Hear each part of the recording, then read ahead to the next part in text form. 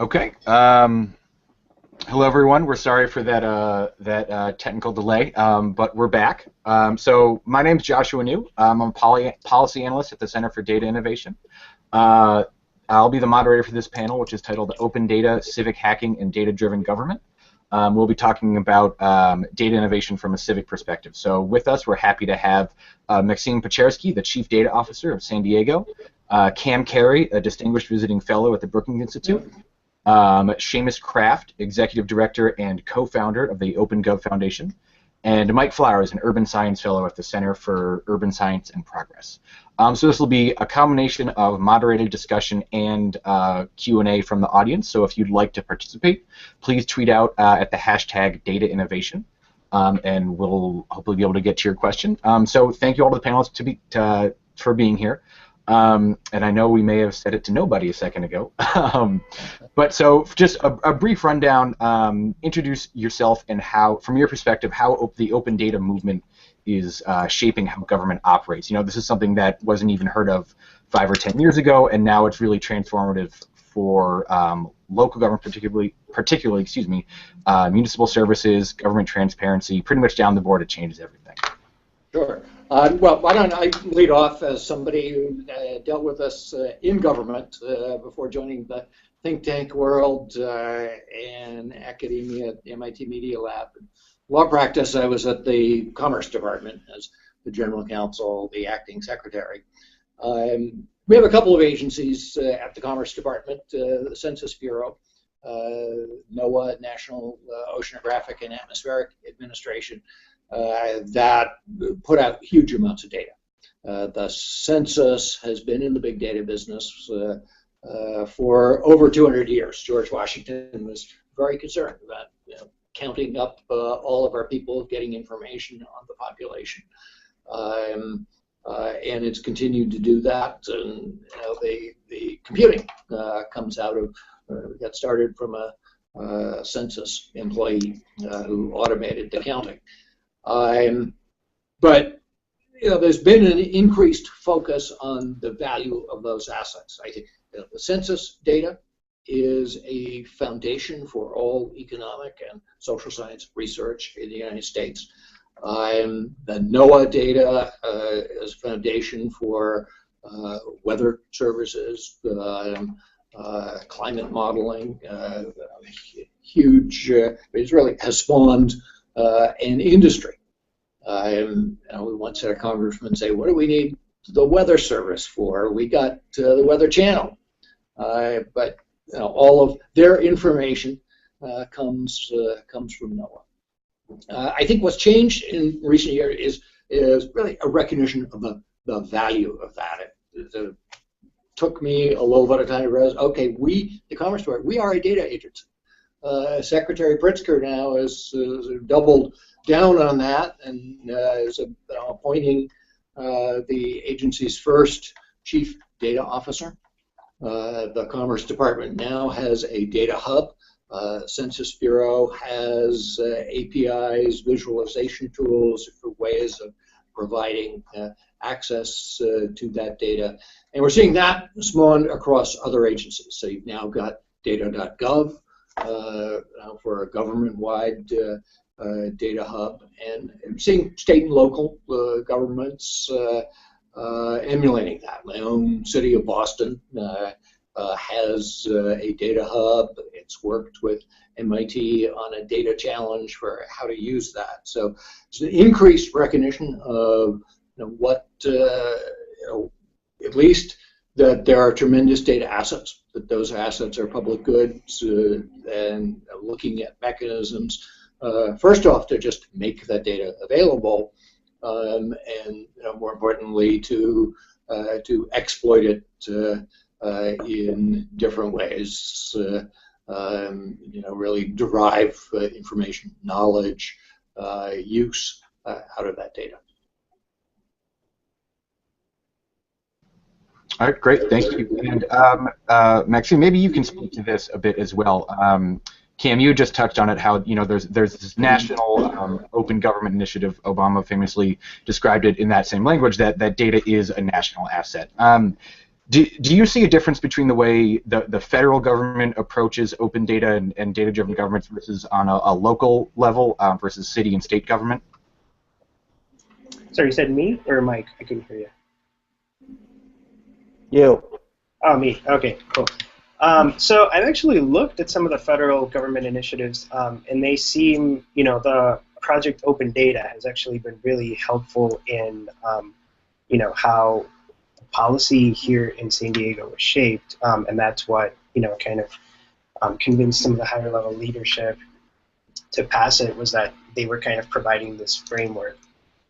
Beyond that, I think that data.gov, I've seen some uses of it and some really interesting uses of it, but in terms of the census level, I think a lot of outside of the census level, I think a lot of the data that is getting kind of hacked on and built on, at least in what I'm seeing, tends to be at the local level, and that's kind of some of the more interesting things that are popping up, and I think there's a really good reason for that. It's like I was actually talking with Mike a little bit before the panel, and every place is so different, right? I moved from Oakland just down the coast to San Diego, and it's a completely different world altogether. And people, the way that the culture works, the way that people are, the population demographics, and the fact that we're so close to Mexico. And then the fact that you have an upper leadership that's committed to it. There's just so many different factors that are so hyper local that I think that is why you see a lot of the more interesting things with open data happening at the local level.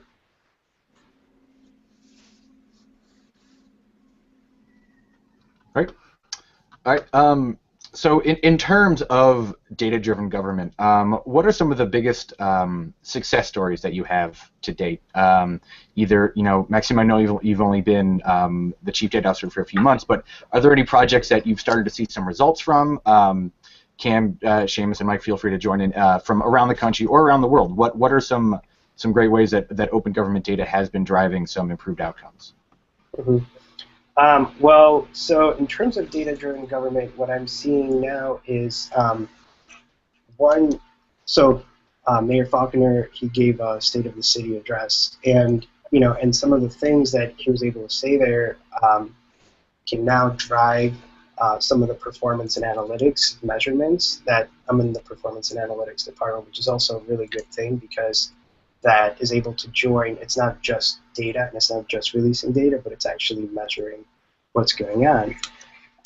And so the bigger wins that I've personally seen here so far in San Diego, one of the biggest ones has been OpenDSD, which is where they were able to release, at least in terms of internal government, and they released a lot of the permitting information online, and that has decreased their PRA response time, or the time that they spend responding to PRAs by so much. And you hear that so much. We spend so much time responding to PRAs. And I think initially that's going to be kind of one of the biggest ones. The other aspect of it that I'm kind of seeing is there's like a tangent to it that I see in the open source effect, right? Back in the 70s, if you were hacking on some software, you're probably doing it by yourself, right? Or maybe with 10, 15, 20 other people, right? I don't know, I wasn't alive back then. But I'm assuming there's no GitHub, right? And now, when you want to work on a project, anybody who's interested anywhere in the world can join in, right? And I think we're going to start seeing some of that really soon, and I think we actually already are, is that by releasing some of that information and by focusing on managing the information as an asset, we can have a lot more people looking at the data and providing a lot more interesting insights. So, I mean, just to kind of echo what both Cam and Maksim have said, right? The threshold matter, I couldn't agree more with what Cam was saying. I mean, the census is kind of the original data provider, right, for at least this stuff. It just it wasn't seen that way. I don't think anybody ever really thought of the census info as leverageable intelligence for a bunch of other things, as a data asset. And it's same goes for the weather. And both those things are so huge in terms of their impact on the day-to-day lives of Americans and companies they're in, and so I think that's enormous. And then the other thing is that like I tend not to look at these things as binary. I think some of the things produced by the Commerce Department, when coupled with hyperlocal data, become that much more powerful in terms of the ability to let you do things, right? I do not have a technical background, so I can't speak to whether something being open source or not is as to that I defer on that completely. What I look for is it helping somebody do something, right? And so you're seeing massive efficiency gains in certain cities that are leveraging this kind of federal, state, local synthesis of data to drive their resource allocation for the nuts and bolts things that citizens expect from their government, right? Trash pickup, emergency services, all that stuff, right? And then it's also kind of seeping into the broader. You see a lot of companies that hire thousands of people, tens of thousands of people, heavily relying on this information to do their jobs, to deliver their widgets, whatever that is. That's great, right? Because that's the ecosystem we want to build, and then it just becomes that self-sustaining thing that's going to be necessary to continue to kind of prove over and over again why, what is at core really a transparency effort, to keep that going, right? And I think, an example I can give is that, so I'm after leaving New York, not only am I at NYU, but I'm also with a startup in New York City called Enigma, and we routinely get clients in who want to do things, whether it's manufacturing or finance.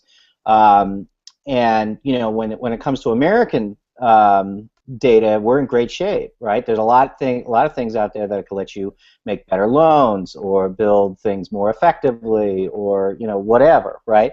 But when you start going out to other countries, you start seeing the dearth of that information and how hamstrung those countries actually are by not releasing that information and making it available for people to ingest and use and act on, right?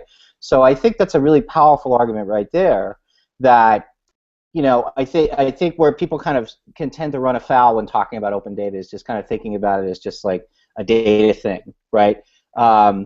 When in reality, it's injecting that transparency into anything is invariably going to improve your decision-making process, your resource allocation process, and that ultimately flows to the benefit of the people that live where it is you're delivering those resources and making them more effective. If that makes any sense. Sure.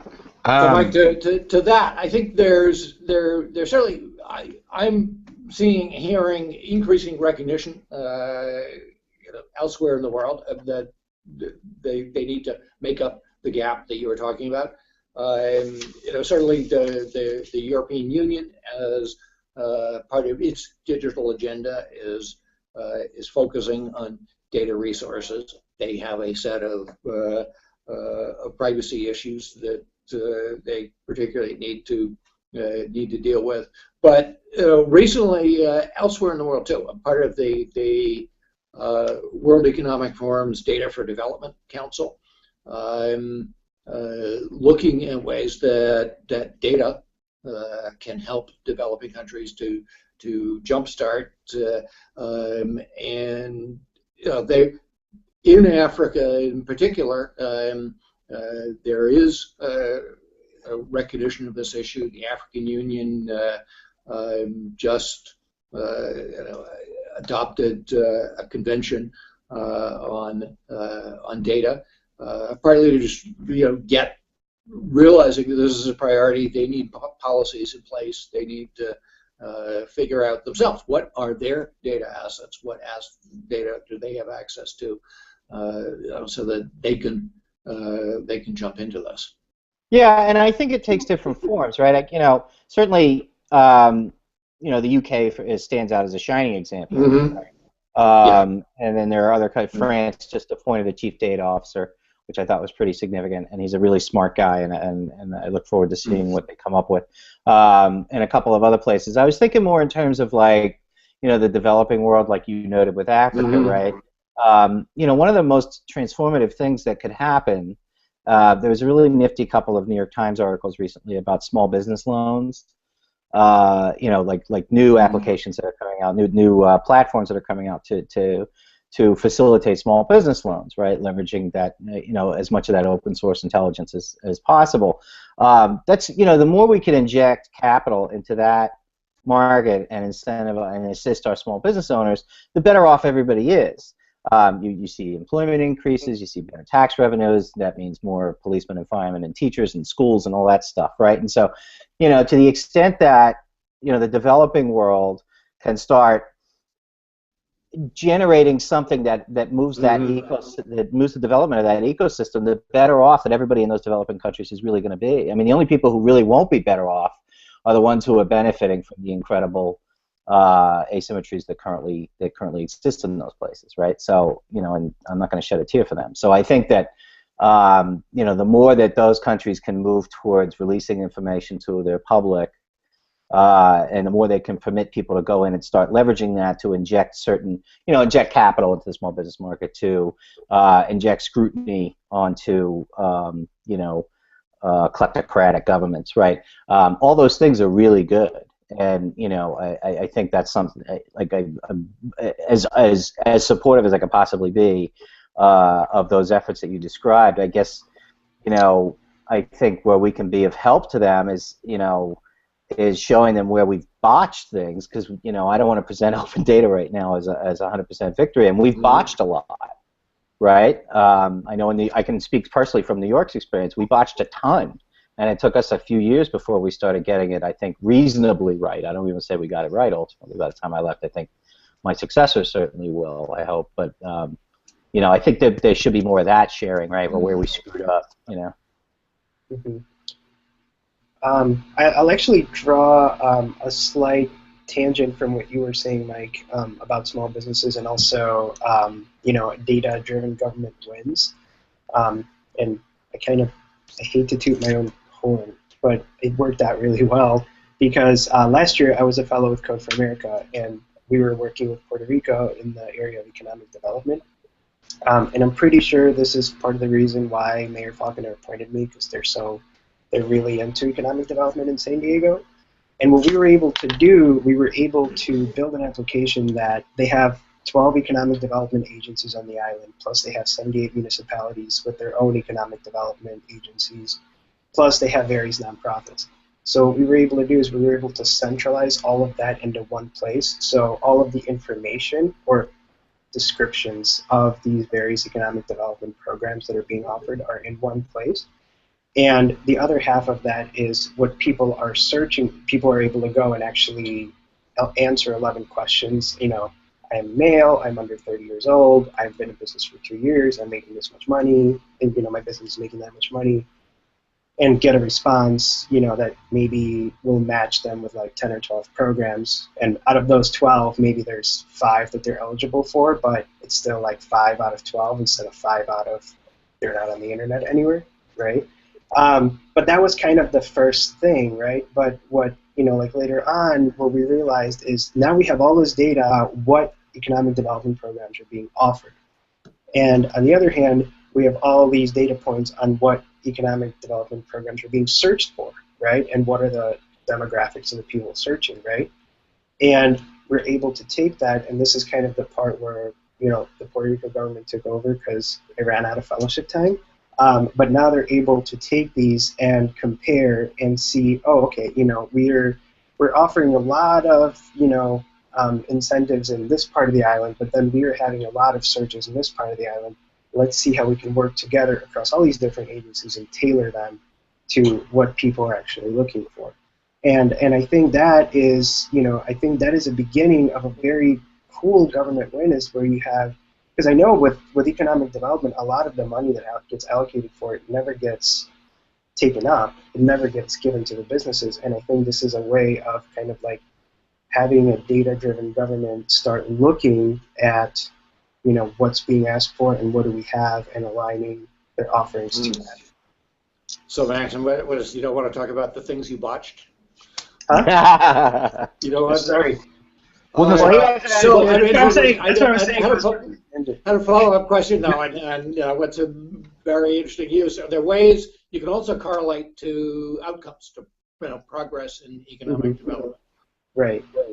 And I mean, like, talking about things that were botched, actually, there's the things that, I mean, I know I botched some things. I botched some things in how you define a program, right? Like, how do you define an economic development program? And, what are the things that people, like, what are the questions you ask people to get the right data points, right? So I hope we did not botch the concept, because it still seems to be going well. I'm still getting tons of emails. Mm-hmm. But what, I think that as this moves on, it's going to need to get adjusted, and it's going to need to get fine-tuned, which is similar to, like, that whole, like, the open data movement in general, right? Like what Mike was saying, and I'll reinforce your point, Mike, is that, we started off, it was kind of bumpy, right? It took a while for you guys to get things right. Hopefully now that I'm newer, I can kind of work with you guys together and learn from your mistakes, right? And then the guy that comes after me, in a different city that is a little bit later down the line, right? He can or she can learn even more, right? And I think that's how, yes, we do need to talk about what is being done wrong and what failed. And I agree with you, like, there's not enough of that going on right now. Yeah, and I think that'll grow with as the security of the concept grows, right? I think you tend to, and politicals are wildly guilty of this, right? But you don't want to talk about your failures, right? Especially when you're talking about something that's new and people are still trying to get their arms around. But the reality is, I think as the concept gets more and more entrenched, and becomes more of a kind of expected way of doing business, then people are going to be perfectly fine with talking about these things. And I think that's it's sort of it'd be ironic, a movement that at its core is really about transparency to the public about what the government's up to, is not transparent about how badly it's going about its transparency effort, right? Mm-hmm. I mean, I don't think there's anything wrong. You make mistakes, people go forward, but I think that conceptually it's all good stuff, and it's moving along really well. I mean, I'm pretty happy. I think some stuff on the horizon I'm seeing from some cities is really exciting, right? Like New Orleans, I think, is really doing some really fascinating stuff in terms of nuisance abatements and things like that, and redeveloping the post-Katrina and whatnot. A number of other places that I've kind of taken a look at. I think these are just pure wins for the public. When their tax dollars are allocated more effectively to improve life, liberty, and the pursuit of happiness, right? So I don't see that. To me, it's not binary that you share that which is going off the rails in order to continue to improve, what's staying on the rails. Yeah, I mean, I'm not surprised that a lot of the creativity would be at the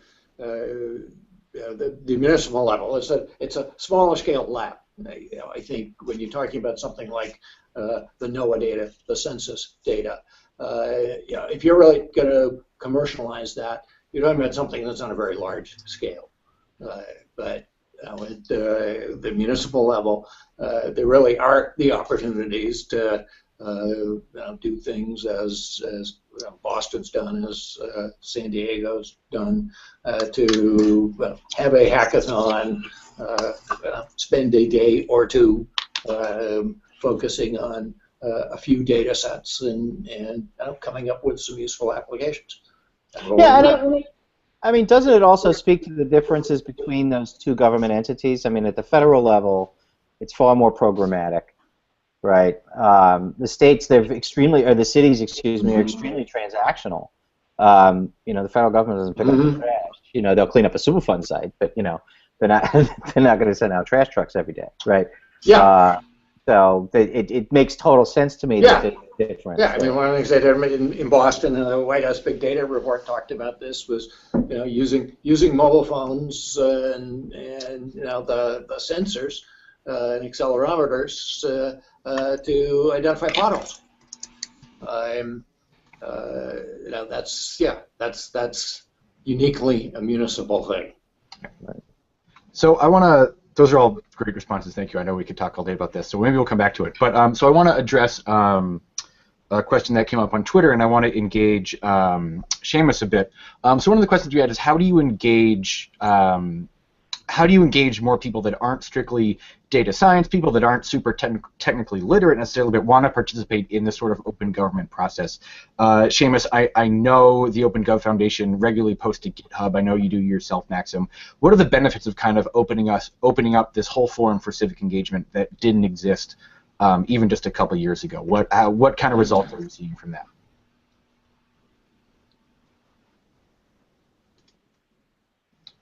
that? Seamus? Looks like we're having some trouble hearing you.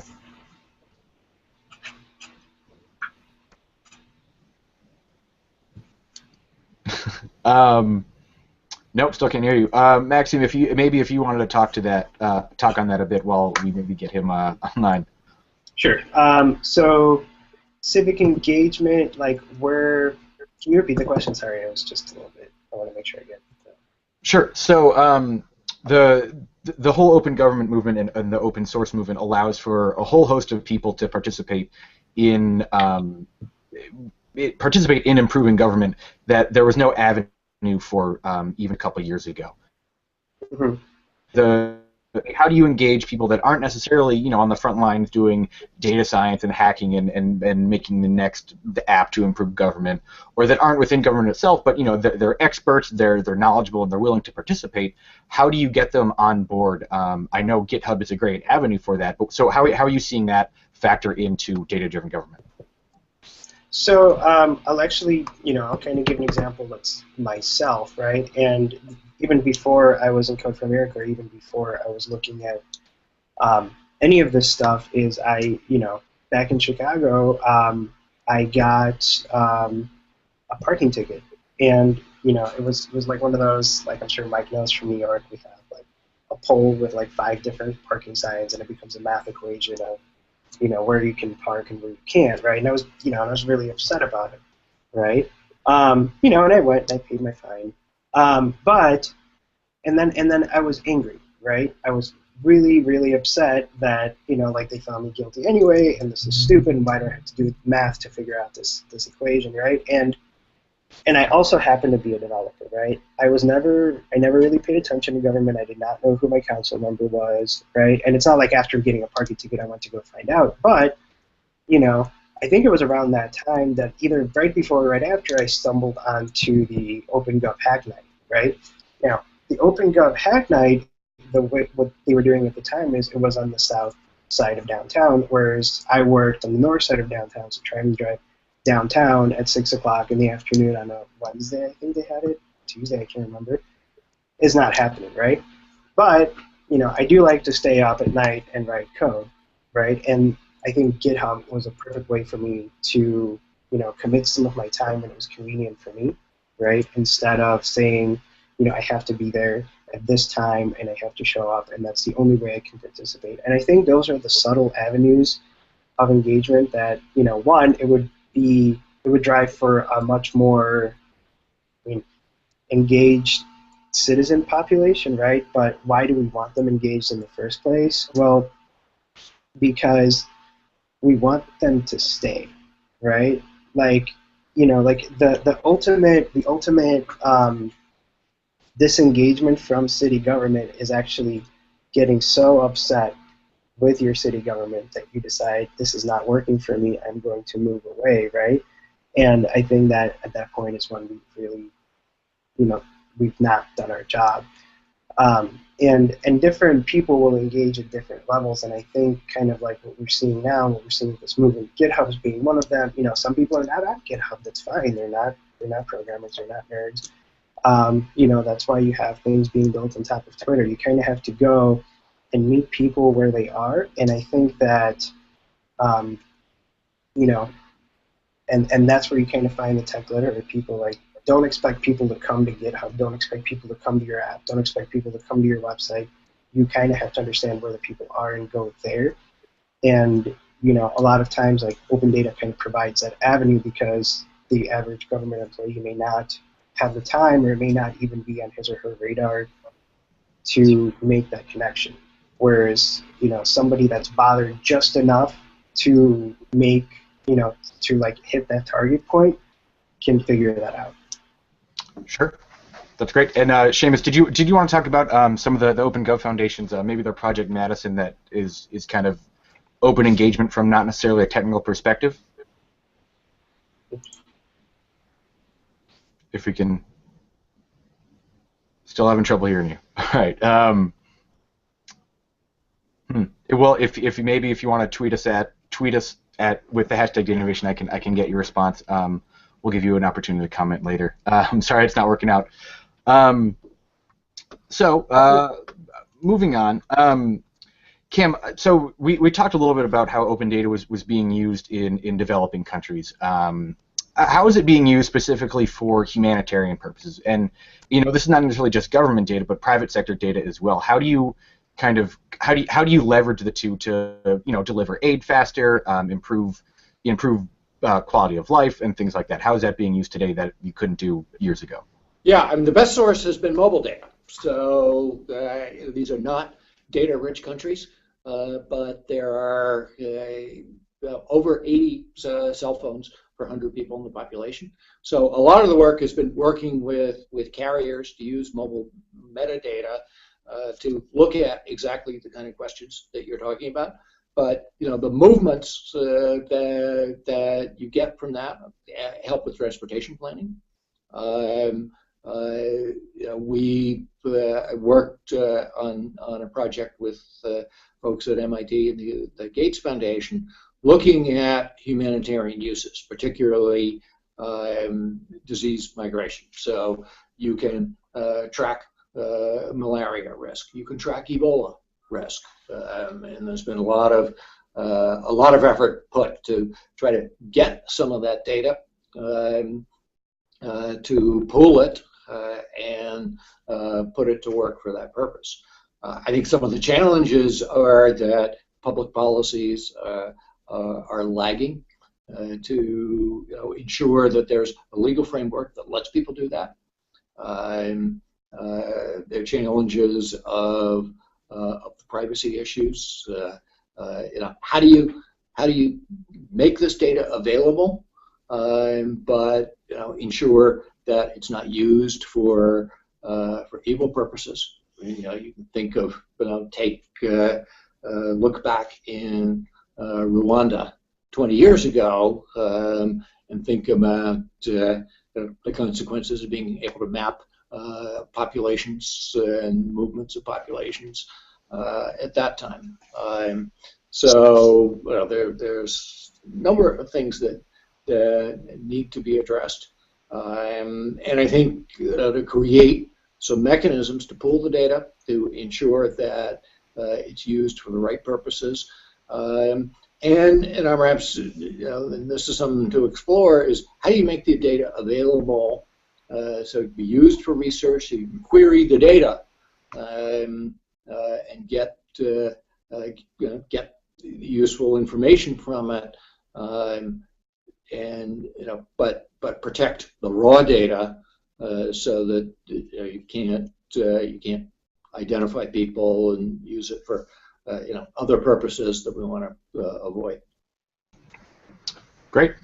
So Seamus, it looks like you're back. I want to give you a chance to speak a little bit. So if you want to talk about some of the OpenGov Foundation's kind of public engagement works, the Madison Project, posting on GitHub, things like that. Sure. So can you hear me now? Yes, thankfully. We can. Hooray for technology. This is ironic, but now we're back. So the OpenGov Foundation and my outfit here, we're a nonprofit. We focus on lawmaking and legislation. So the words, the textual part of all of these data sets. And we got our start inside of Congress, crowdsourcing legislation.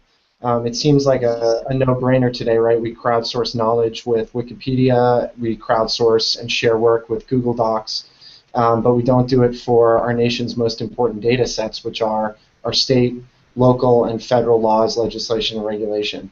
So we hacked open that process. You can check it out at keepthewebopen.com.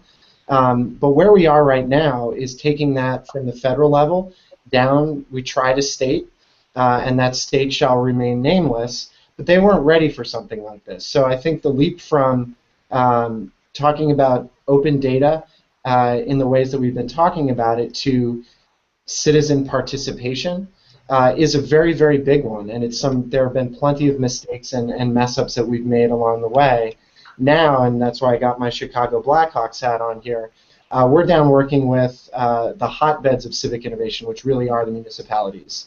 It's just so much easier to succeed at a local level. There's no partisanship or very little partisanship. There's a greater need, and the service delivery and the actual work that you do and the end user are sometimes right outside and right down the street. So that's what we've been working on, and there's certainly a long way to go. All right, great, thank you. And so I want to do one last question. We've got about 5 minutes left. A question from Twitter. How can you standardize data sets across dispersed local governments? Is data not always available? Are there formatting issues? Is it maybe not machine readable? Or are there other technical barriers in place? Or are there policy barriers? Are there attitude barriers? What's stopping this? Or what would be a solution going forward to kind of make all these data sets interoperable across from one city to the next? That's a great question. I can jump in on it actually, because this is what we do with decoded laws, with municipal, state, and federal laws, legislation, and regulation. We're opening up heretofore paper-based or frames-based, 1997 level web access to modern web design, responsiveness, and APIs, bulk downloads, all of the things that one would come to expect in the year of our Lord 2015. But each city does it their own way. Each codifier does it their own way. Most cities and states don't even make this information themselves. They hire vendors to come do it. Each vendor has their own proprietary format that's a decade or more out of date. And on top of that, many states or municipalities mandate information in a certain way. And then there's the cultural component. What plays in Peoria is very different than what works in Wichita. And so bridging that just cultural gap is another massive thing that we need to do. But I think if there's one simple thing we could say about this information is to focus on one data set and then do it as nationally as possible. We've picked laws and legislation to do that. We're building a schema. We're building a drafting environment, a way to create this information, ways to track it and collaborate on it throughout the process, and then a way to access it at the end. Just like you pull a law book off the shelf, you can access the law through our open source project. Okay, that's one of thousands of different data sets that city governments are working on. Let's focus on one of those instead of trying to handle everything at the same time. The only thing I would add to that is, government is not a monolith, right? Every one, it's composed of a bunch of different agencies, and those agencies also speak their own languages, and they have their own cultures and their own reasons for doing what they do, and it's a mashup of technological and statutory / regulatory driven / resources and culture, right? So what I've tended not to do when I was with New York anyway was sort of try to impose from above a format, right? What I was more interested in is, okay, just make it raw and make it available, right? And if we can, when we're talking about making it public, put it into an API, which sort of, because at that point then I think, they'll be, depending on what people want to do with it, they'll be able to, have the raw Legos to play with and snap together their insights, right? But then you also have to, the one thing that it doesn't get talked about very much, and I think really needs to, is that simply releasing the data alone, without any kind of understanding of what that data, what reality that data purports to represent, is the road to ruin. If somebody is trying to use that to make interpretations, right? I mean, to some degrees, far less than others. Certain statutory releases like were just described, that's a lot more difficult to misconstrue, right? A statute, all lawyers speak statute to a certain degree, right? But when I'm talking about, like the ontologies that New York City uses, for example, about where am I, right? You can get into a really philosophical conversation about what any of that means. I mean, when the Department of Finance answers the question of where am I, they're either they're wearing that hat in order to collect a bill, and usually there's a mail address involved or a tax lot, right? But if you ask the fire department, where am I, it's going to be a much different mission-driven answer, right? Because they got to get to like the 36th floor of the Empire State Building, and and that at that point you're talking about a latitude and longitude and a z-axis, right? So, and then that's leaving behind the regulatory underpinning of much of this data. Some of this, a good chunk of municipal data anyway, is generated not just for operational purposes, but because there's a statute or a regulation mandating that it be collected, right? And unless you understand the evil that was sought to be remedied by that regulation or statute, you're not going to understand how to interpret that data. And so there's a million things that need to happen, right? Or a million different things that kind of can get embedded in each data point that aren't really fully understood by the public. Mike, that was great. And on that note, we got about 30 seconds left before the next panel starts on the Internet of Things. So a big thank you to all our panelists today. This will be posted directly to YouTube after it's done, and feel free to watch it on our website. So thank you for participating, and we hope you stay with us for our next panels. Thank you very much. Thank you. Thank you. Bye.